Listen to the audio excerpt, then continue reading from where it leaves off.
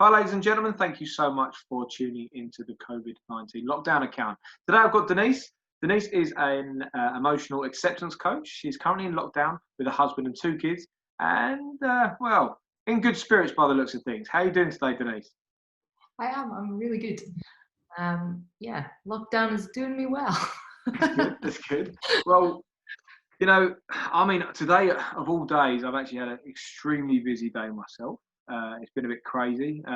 So I don't know what your day to day is looking like at the moment, but for those of you listening in the future, we are starting week 8 of lockdown, which is just mental to think that. Boris has just pretty much said to everyone to stay alert, to stay in or go out. It didn't make any sense, but at the same time, you know, nothing's really changed, is it? Nothing's really changed. No, I'm just going to keep doing what I'm doing, right? Yeah, What can you do? exactly. So talk to us about what it is that you do actually do. So I help people release negative emotions. In essence, I make people feel good and give them clarity on situations. And yeah, I can make you feel good. So basically how I roll. I'm like, you got a problem? I can sort you out. So this is where we need like confetti cannons and stuff going on. Yeah. Real Tony Robbins-esque kind of energy coming into the room. But unfortunately, lockdown won't permit that. So yeah, not so much. So you help release the neg, as it were. So one of the guys I actually interviewed calls it the neg, and it is very helpful nowadays. So at the moment, are you experiencing a lot of the neg? I think we all are, right? It's the human condition to feel, right? If you don't feel, then you're not a human being. So it would be weird to say I didn't feel anything. The first, like even before lockdown, I went a bit like tonto for 2 weeks, and it was almost like I experienced every human emotion known to mankind. I was like, whoa, just for like every day, and I was like, oh my god, what is going on? And like I was like totally meditating before, so I was totally calm. And then it was, I don't know if it was other people's energy, and then it was like, you know, a lot of projection, a lot of like, I guess what was like triggered within the news, greatest fears, like, oh my god, the world is ending, like every life as we know it is ending, things are changing, blah blah blah, I'm gonna die of coronavirus. And then, you know, and then I cleared that and I was like, thank god that's over, like now I just don't care. But you know, it's more like there are a lot of people that are still in fear, and there are a lot of people that are scared to leave their house. So yeah, it's going to be a difficult transition, like once we do come out of lockdown, when that is going to be, because people are still going to be hiding in their houses. I mean, obviously they call it year ones, are able to go back to school. I don't know why they don't do like year 6s or year 5s or whatever, the older kids. I don't know why they said that the grottiest kids to go out, spread more germs. Makes no sense. But yeah, so it's going to feel like yeah, and then, you know, they say that when I was talking with my husband today, there was like another 20 or 30,000 deaths that like are above the average on top of like COVID-19. So you're potentially talking about people like stress-related illnesses because of the anxiety, the fear, of either going to the hospital, not being seen to, not wanting to be exposed, ends up like dying. I don't know. I'm just speculating, but that might be the case, you know. And I think mental health is going to struggle after this for sure. Because everyone that I speak to are like, I'm fine, I'm okay. And I'm like, no, you're not. You're not. Really not. How can you be, right? It's okay, like to feel these, like, and I think there's a bit of still like that stigma of just saying, yeah, I'm not all right. Yeah, I'm just feeling a bit this and a bit that, like, which I will say to other people and they'll be like, oh, are you all right? Like they'll feel sorry for me. I'm not wanting sympathy. Like, I'm just being open about how I'm feeling. So That's not what a lot of people are used to, I guess. So, which is why the rhetoric of "I'm fine" is played out quite a lot, and hidden through alcohol crisps and TikToks. TikToks, yeah, a lot of TikToks and chocolate. Now, I think the British have always been very reserved anyway, and we've always stiff upper lip and "I'm fine" is kind of our motto, and just put the kettle on. And I think it's the Americanization of emotion that puts us off. We don't want to be making a scene, the majority of us, and where some of the younger generation, like we see on TikTok, are kind of projecting that exaggeration of emotion. It puts people off feeling that they can express the fact that they're not feeling good. And I know definitely for me, you kind of feel like you're making a bit of a scene, and it's bad, isn't it? It shouldn't happen. Yeah, no, I know what you mean. I think it's more like the emotions that are not dealt with. You're like, oh, come on, sort yourself out. Like, yeah, it's almost like asking for sympathy, and I totally get that, because that almost puts me off. I'm like, sort yourself out. But then people need to learn, right?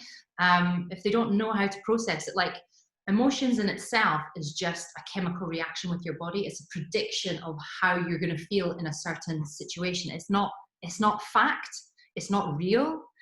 But people think it's real. Like when they are anxious, they're like, oh, I'm so anxious, and they won't react. They won't be able to move because of their anxiety, and it becomes them, and it's part of their identity. You know, like, my name's Deniz and I've got anxiety. Like it's almost like a personality trait, whereas it is not who they are. It doesn't make up their being, right? And so people need to, like, they become like almost like a hostage within their own body with their emotions. So it's really teaching people that you need to be more conscious about how you're feeling. So actually articulating what emotion you're having and then experiencing it. But people don't like to experience it because it doesn't feel good. Yeah.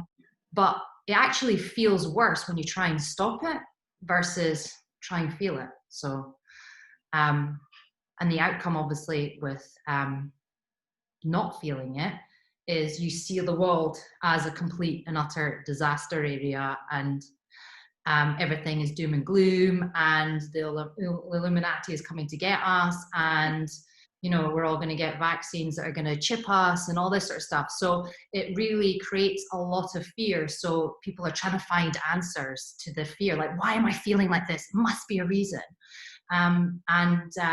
It's really harmful, really, like, not only for themselves, but they're projecting on others who you don't know, like, potentially they might not be stable. So it just has a really bad knock-on effect.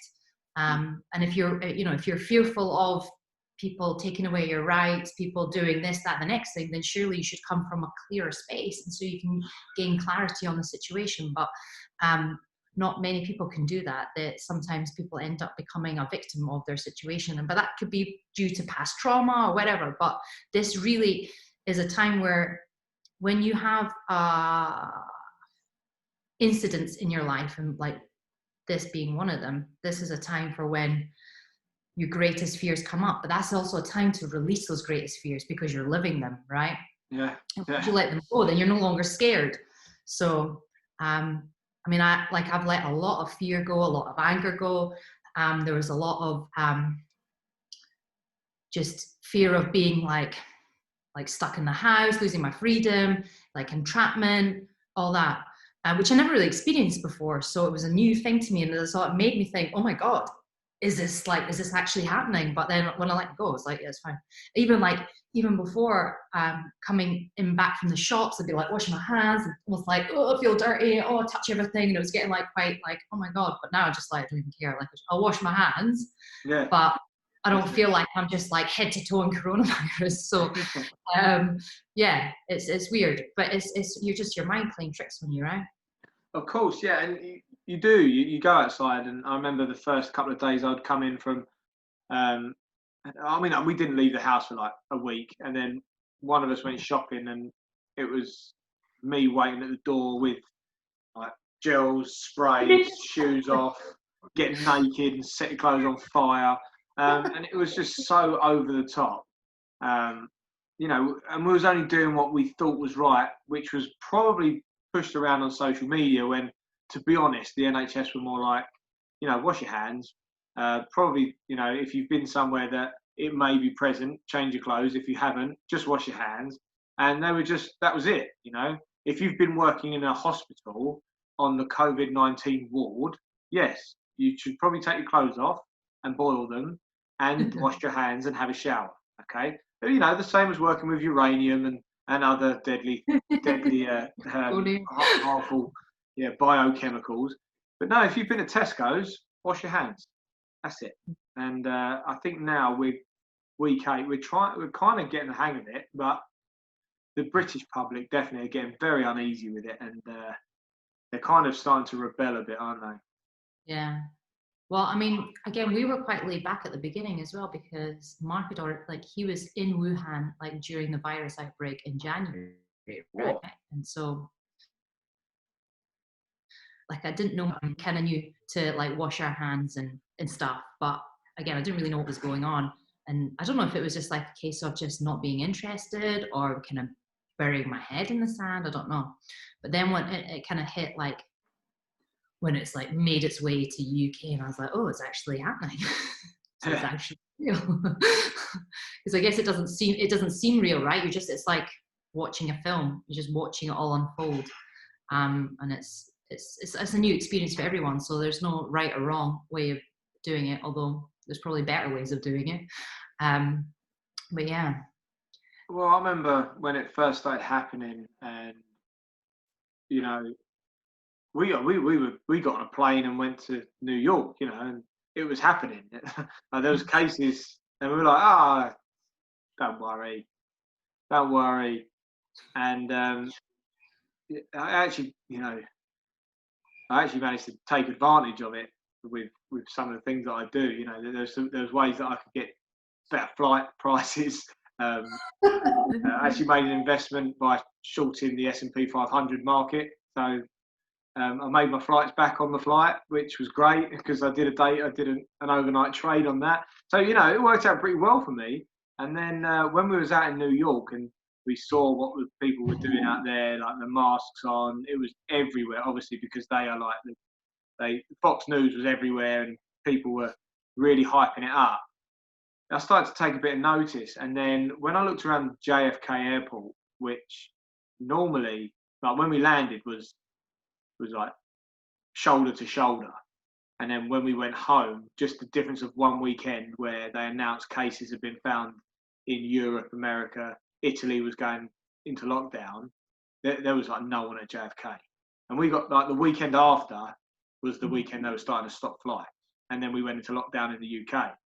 And it was the most surreal experience. And that's when, on the flight home, I remember I was reading Ant Middleton's book, which was the First Man In, what goes into talking about fear and making rational decisions. And I was like, I have not made any rational decisions in New York whatsoever. And then, we landed back in the UK, half the amount of people you'd expect at the airport. And it just went into absolute Toontown after that, craziness everywhere. And from day one, when it happened in Europe out there, I knew that it was coming. People were like, do you think we're going to go into lockdown? Yes. Europe's in lockdown, right? The difference is that we've got a very small bit of water in the way. So we will be going to lockdown because everyone from Europe comes here. So, and then lo and behold, 4 days later, the UK just went, pause, done. So it was more about just the quick mental adaptation to thinking, right, okay, we just got to deal with this now. But I think the spiral of emotion after that was just mind blowing, right? Yeah. Well, I haven't or know anyone that is in a really bad, I guess, financial situation. I know of some people who work on the NHS, but as far as I'm concerned, it's just business as usual, but in the house with children everywhere. So most of my day is trying to force Ozzy to do some homeschooling. So we only manage an hour or two, but as long as we get out for a walk and things, it's not unpleasant. And luckily, Mark's not as my husband's not as busy, so we're having like a decent sort of family time, but I'm starting to get busier because of it. Mm. So for you, it's kind of good for business, I suppose, which is yeah. You know it's interesting because a lot of the people that I'm speaking to aren't necessarily, it's not coronavirus related, but there's more of awareness to how they're feeling, and their feelings, they're aware that their feelings are causing their outcome in their life. So there's definitely a lot more awareness on that sense. So whereas where I've coached before, they don't appreciate the difference that they've gone through because they've got so much negative emotion that they actually can't see the wood from the trees.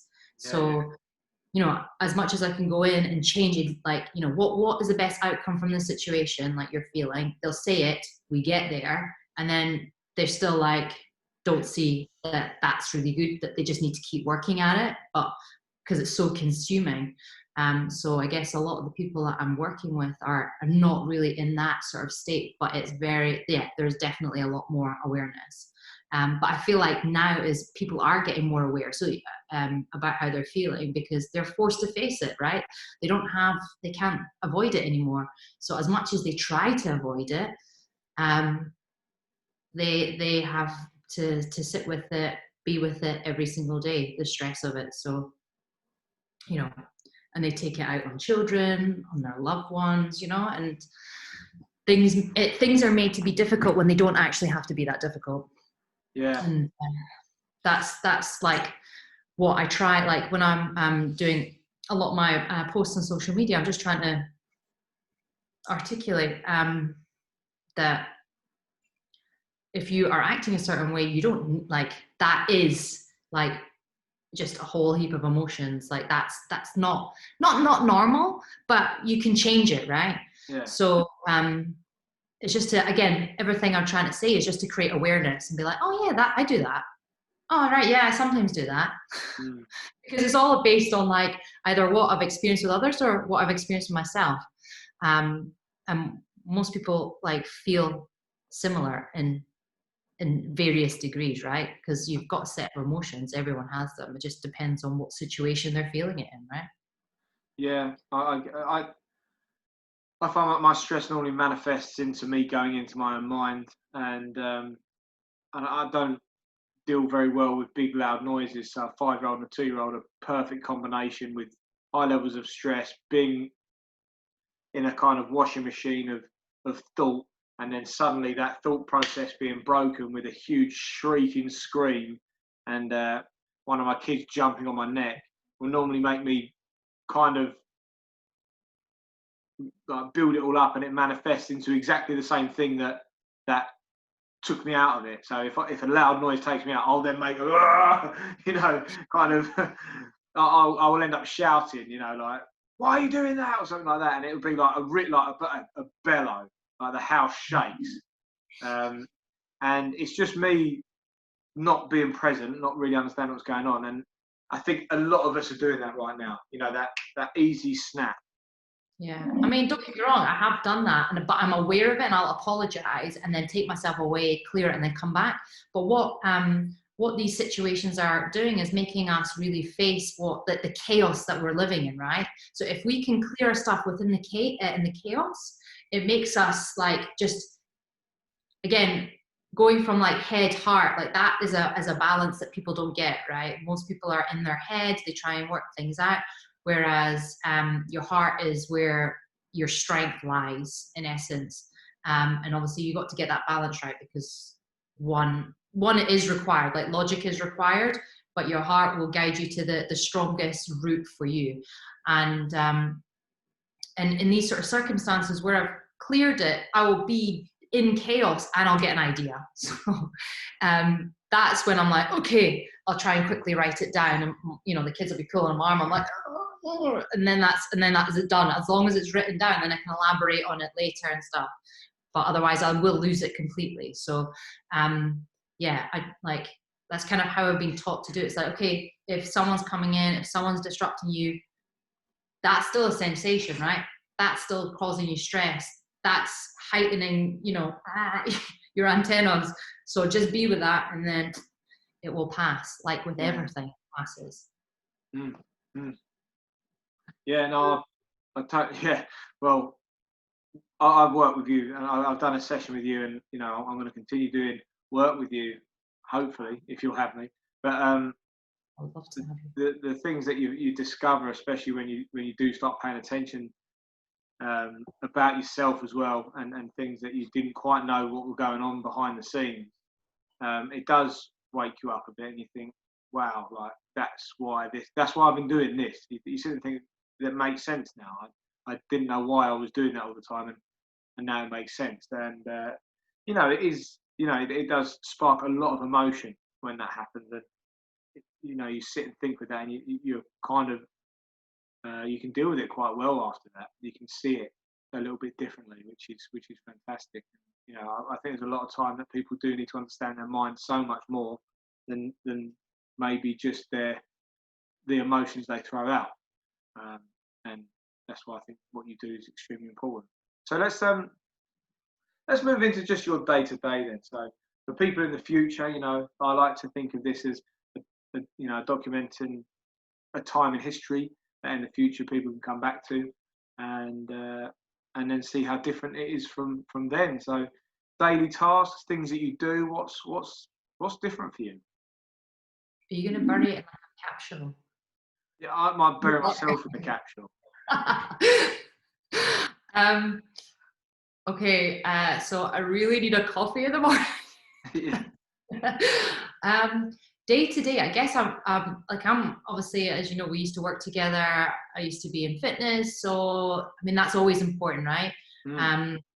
And the reason why I came down this like route anyway is always been trying to really make an impact, and like as much as fitness and nutrition and all of that, the mindset stuff really helped. It just was like it wasn't like a quick enough result. Like I'm like, there's got to be something else, which is why the emotional like letting go is so transformational.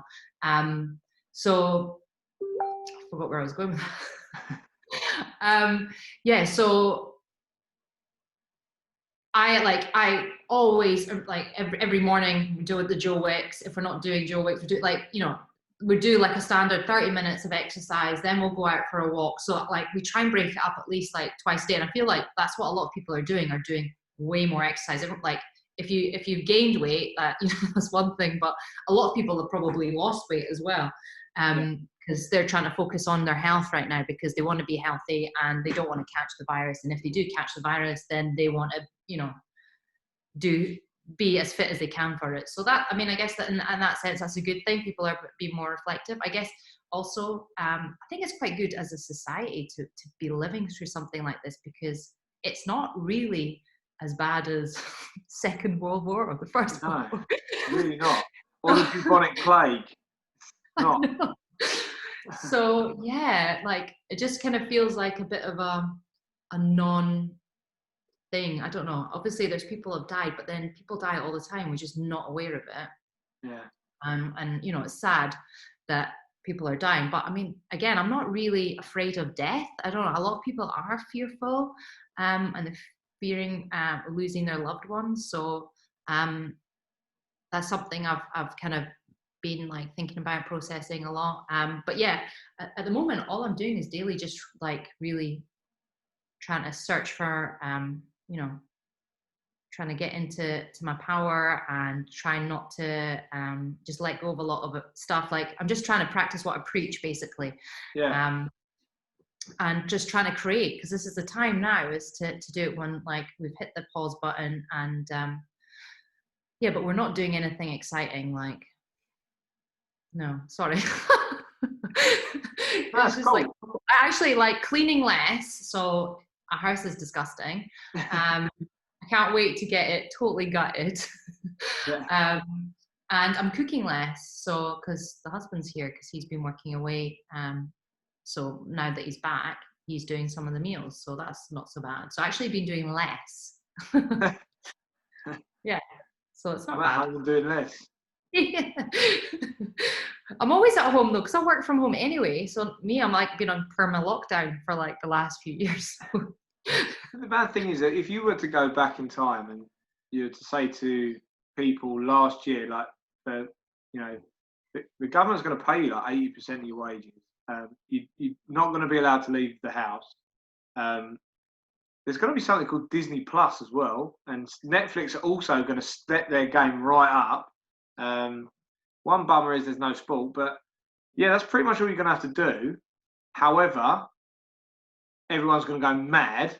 But you'd be like, what? No, that sounds brilliant. I cancel plans all the time to do exactly that. So I don't see what the problem is.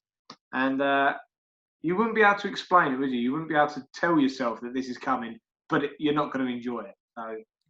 So it's a bit of a crazy time. It is a bit of a crazy time. So what are you working on? What are you working towards at the moment? So I'm going to start a podcast as of next week. So that's what I'm going to do. I want to create a women's program. I want to take them from their pain to power. So I'm really hyped up about that.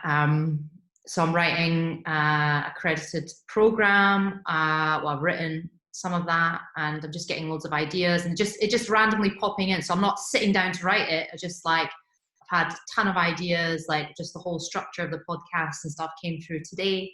I've got my first guest coming on next week. So and it's happened pretty quickly. So really chuffed about that, to be honest. And and then working with you as well. Yeah. That's going to be exciting. I'm looking forward to that. I mean, I fit the bill, an empowered woman. But I'm very camp, so it works. It works. And so I think, it's exciting times for you right now. And what kind of stuff are you looking for, or where are you gaining inspiration for your projects at the moment? Is it internal, or is it stuff that are you looking at other ideas from other people? I used to do that. I used to do that loads, and then that used to confuse me, and I'm like, oh, well, they're doing it like this, that looks good, and I'm like, oh, they're doing it like that.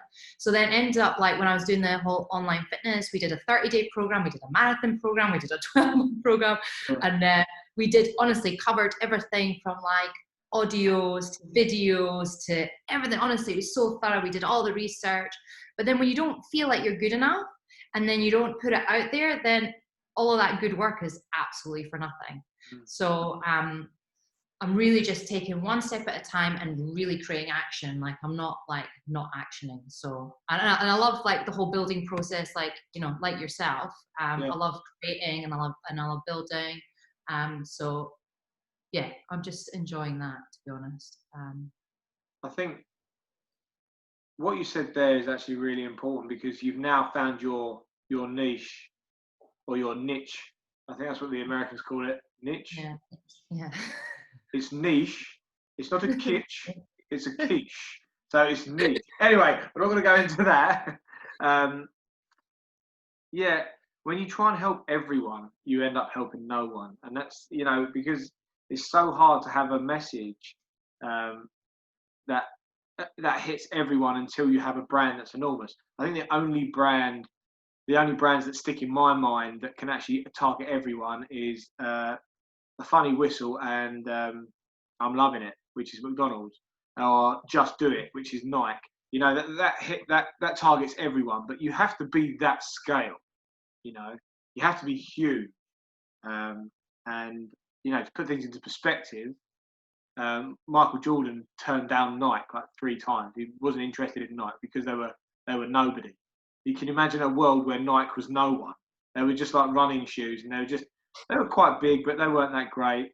And Michael Jordan, who's kind of a new kid on the block, who had no kind of advertising endorsements or anything, was like, no, I'm not working with them. I want Adidas. Which is like, it's a crazy world. And now they've become such a brand where they can just be like, cool, we make stuff for everyone, and everyone buys our stuff. You have to start at that very small niche, and theirs was running shoes. So your niche is going to be, helping empower women, and I think that's a great move to make, to dial down on your message. It's going to make a lot of difference. Yeah, no, definitely. And women need empowering at the moment. We've got like a whole feminism regime going, right? And I'm not against that, but when when you're fighting against the masculine, you can't also come in the masculine energy, right? So it's like fighting fire with fire, but so it's just going to create a big storm. Yeah. Whereas if a woman's, like, everyone's energy has masculine and feminine, right? So you have to come from a balance. When you're coming from a balanced energy, then you are going to be in your power. But if that is off, which in most cases it is for women, and that was the case for me as well. Like, I was very much in my masculine for a long time, and sometimes I slip back. But that's not, so then you have to work harder. You feel like you have to work harder because you feel like that if you don't work harder, then the men get ahead like more. And then there's just this sense of that you're not good enough and you have to prove yourself. That's coming from a negative space, right? When you're in your power, you don't have to come from that space. So I think a lot of women need to learn that, really need to let go of that pushy energy, because when you're pushing, it's the hardest thing ever. You have to work much harder. And I think a lot of women do that, but I think they need to learn that they don't need to do that, because that was the energy that I was coming from. And you end up becoming stuck, you end up not going anywhere, and you end up like hating lots of things. Yeah. It's not a good place. So I think it's on both sides, both sides of the coin as well. I think there's a lot of men that force their masculinity on themselves because they think that's the way they're meant to be. Growing up, I was a bit of a mixed bag. In fact, it was only when I first met you is when I started being more open about who I was, and like I was very kind of angry, a bit of like a chip on my shoulder growing up, which obviously made me just a knob. Like, who wants to be around that kind of person? And then when I actually just come back from traveling, and I kind of, as bad as it sounds, I kind of expressed myself differently. I didn't find myself traveling. Okay, I'm not going to say that. All right, but I realised I could let my hair down a bit.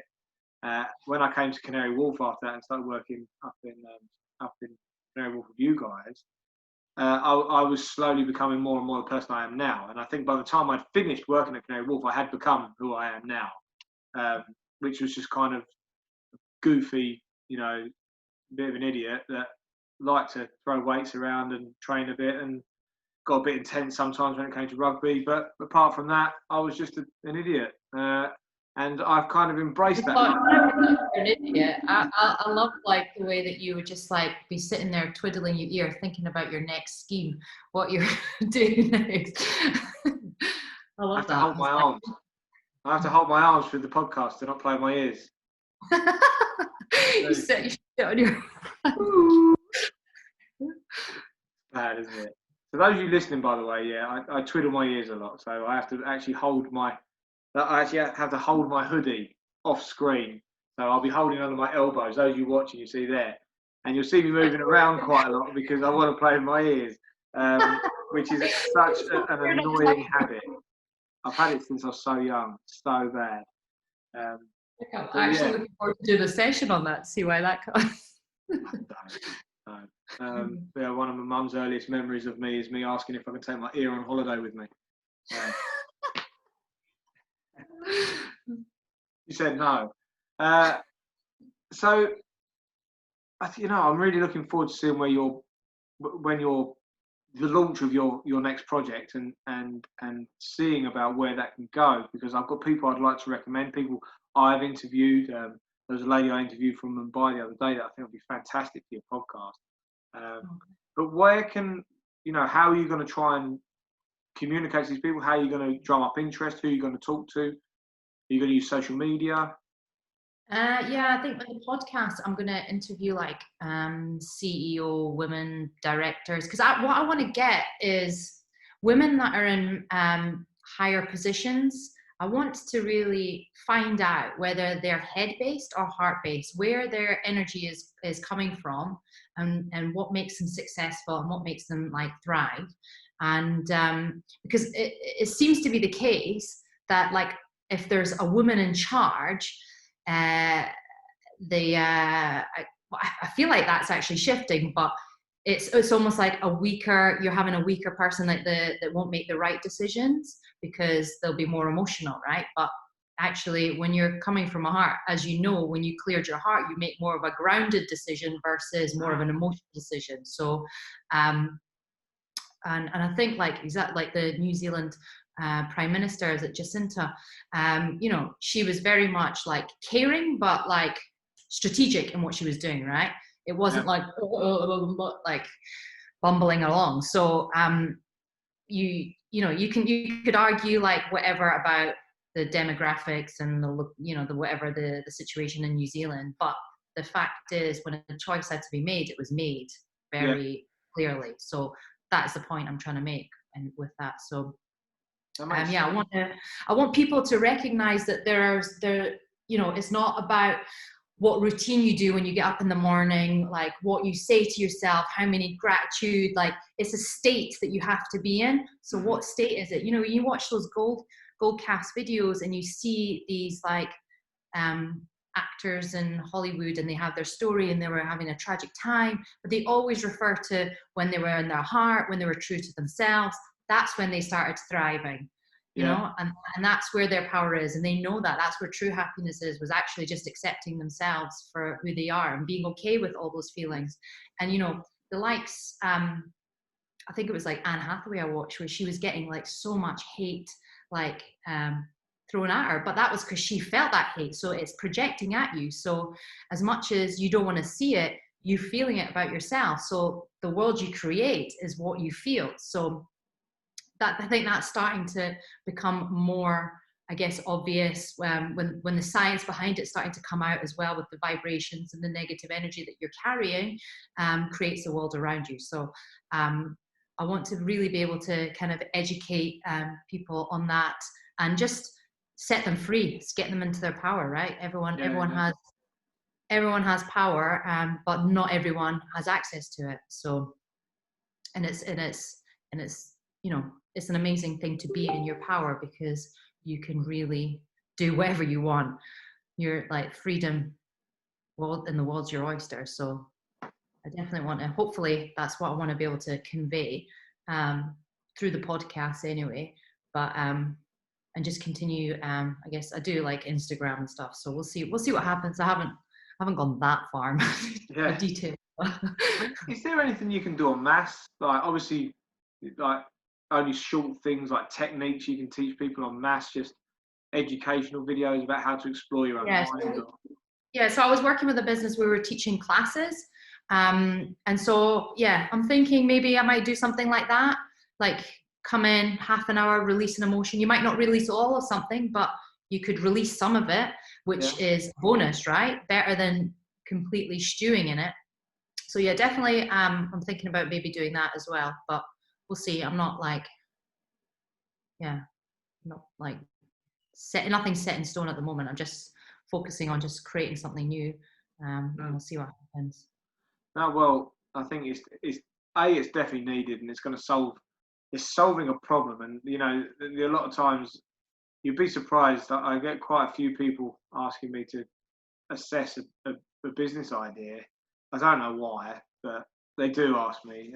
I'd say at least once a week I get it, and I welcome it. I get a message. What do you think of this, mate? And do you think you're going to business mentorship or? No, no. But I like the idea of other people succeeding and stuff, but I get too emotionally attached very quickly, and then if they don't do not what I say, but if they don't just do something, this is why the emotional acceptance process is really good, because you'll get like people with, I mean, it's exactly like with fitness, right? You give somebody a program and you're like, why the fuck have you not done it? Yeah. Why have you not done it? If you did this, you'll get like really good results. So it's the same thing. You could give them the business ready-made and they would still mess it up, because I've done that.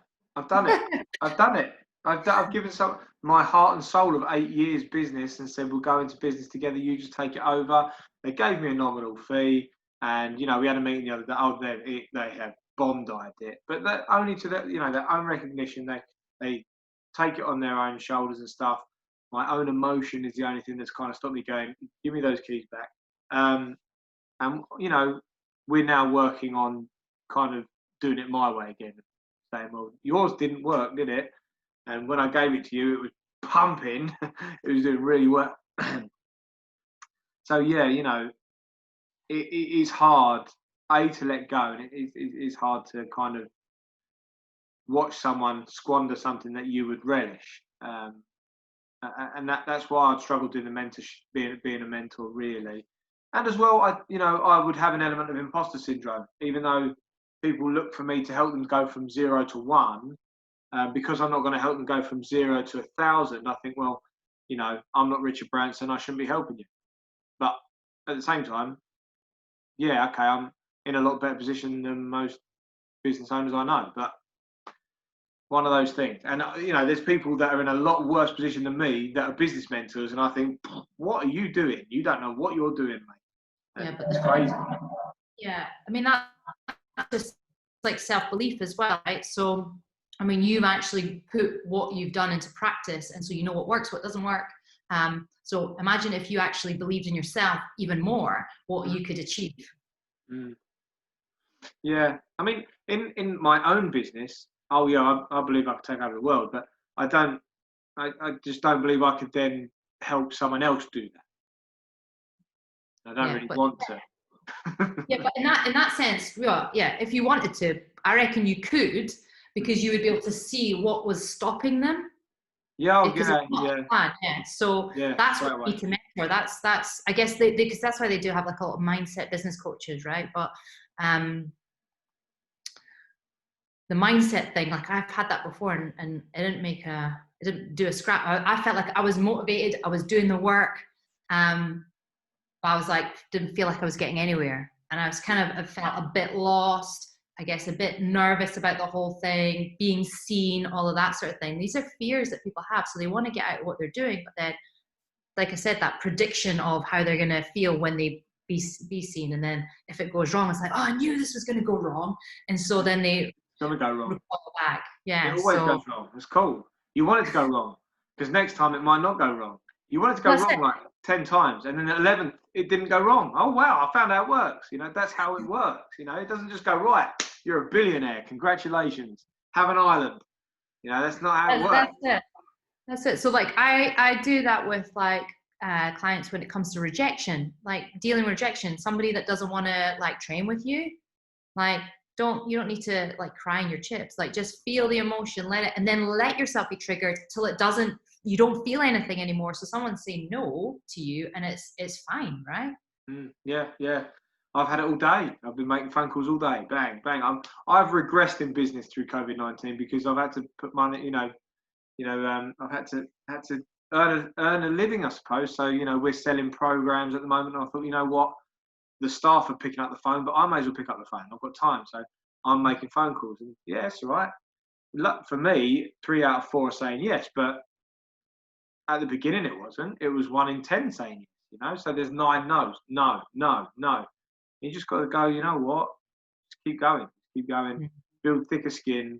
Deal with the problem, and just get on with it, because you're not going to get there otherwise, are you? It's not going to happen. Yeah. No, exactly.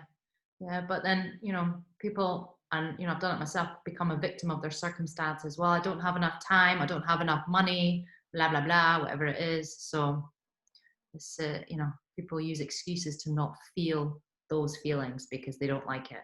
They don't know how to deal with it. So there's very few people that can just push through it. Yeah, push through it, get on with it.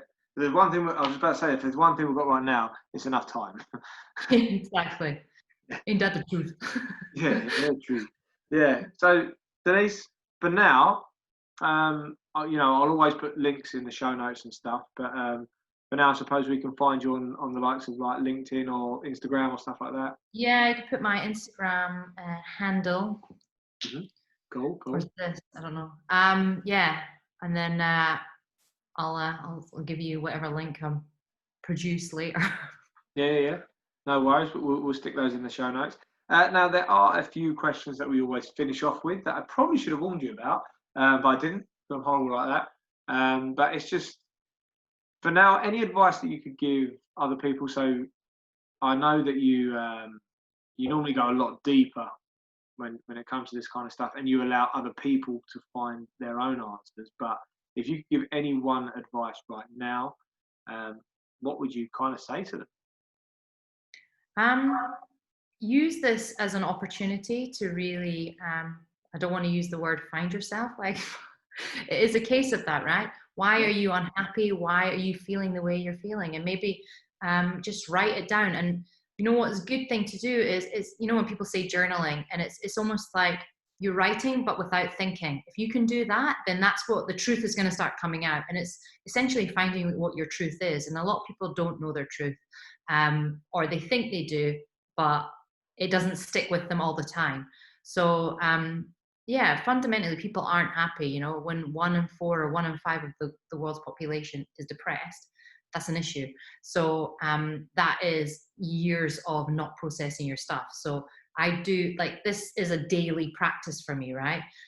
So you need to be aware of how you're feeling daily. And it's okay to feel anxious. It's okay to feel sad. Just just be with it. So, I guess there's a lot of things I could say, but fundamentally, just, I think people need to use this time to really find what is going to work for them, what is their truth, and really reflect on why they're feeling the way they're feeling. Like, there'll have been a chain of events that have got them to this state. So everything's a build up. It's like a cup full of water. So you can just end up pouring out a little bit of water each time, and then that's going to just take the pressure off, because essentially people are feeling pressure. So if it's the reality of having, no money, then you've got to surrender to the fact that you might not have any money, you might not have a job. And the more you do that, the more you're going to gain clarity of what you're going to do next, because stressing about it is not going to solve any problems. So yeah, I guess that's my top tip.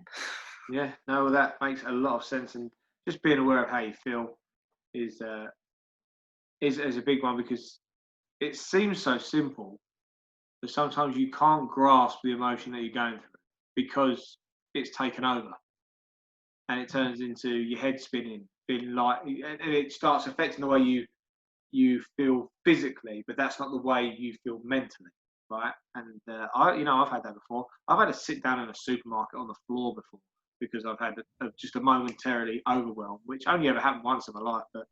But that is a huge tip. And there is one more question, okay, which is the same thing, the same question, but if you go back in time, you go back to yourself and say, give yourself some advice. What would you do at the beginning? So if we go back 8 weeks to the start of the lockdown, and you could give yourself a piece of advice, what would you say? At the beginning of the lockdown, or just like in life? No, lockdown. Definitely at the beginning of the lockdown. Not letting you get away with life. No, lockdown. I would have bought a kettlebell before it started, and it's now £100 a kettlebell. So that, honestly, I'm raging about that. And if I'd known it was going to be this long, I would have got some fitness equipment. So. Oh, well, awkward. No, it's not profound, because ultimately I'm doing what nothing would change for me, I don't think. No, I mean, it's awkward because I've got 55 kettlebells sitting in a warehouse. I've got about 8 metric tons of weight plates, like 30 bars. I've got So I'm like, what bike should I use today? Soz about that. Yeah, but no, I get that. Yeah, and you're not the first person to say just grab a bit of fitness kit. So yeah, cool. And is there anything that you'd tell yourself not to do or to do better? Yeah, I think even with what I've said, and know that, like, there's still times where I let things get on top, because I was like, I've been really busy, and that has, like, affected me. So but that's like having time, like, genuinely, with kids, with everything. As much as I am doing internal work on myself, there's still a lot of stuff going on in the house with work that I don't know. there's been days where, you know, I've had a couple of bad days, but that's, I say bad days, it's like just been shouting once and then being like, sorry, Ozzy. So like not really bad, but yeah, like no, there's nothing. I can't even remember the question. Is there anything you would have done better? Oh, okay, no, same. Cool. Well, I think that, you know, the biggest take home there is be aware of the way you feel. For me, you know, I can resonate with that a lot, and it's something that I've struggled with and I need to deal with more.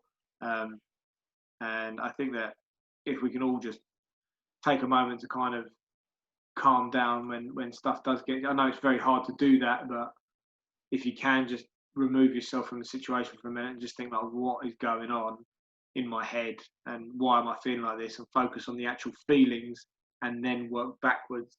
That's what's helped me in the past, and you know, I think people need to learn how to do that. So Yeah. we're going to wind down into a close now, guys. So thank you so much, first of all, for either watching or listening. All of Denise's links will be in the show notes, along with her bio. So if you would like to reach out to her and you would like to be on her podcast as well, please do get in contact either with ourselves or with her direct, or you can comment in the comments box below. Guys, if you have enjoyed this episode, please do use social media for what it is for and press that share button so other people can experience it just like you have. And you never know, we might be able to help someone or someone else in the future. Also, if you have enjoyed it, please do leave us a comment. Please keep it clean. Please keep it kind. And if you do have a voice and you'd like to help me on my gargantuan task of interviewing 100 people during the COVID-19 lockdown, please do either message below in the comments bar or do message me on ABC Gym on Facebook. Thank you very much, Dee, and thank you lot for listening. See you soon. Thank you.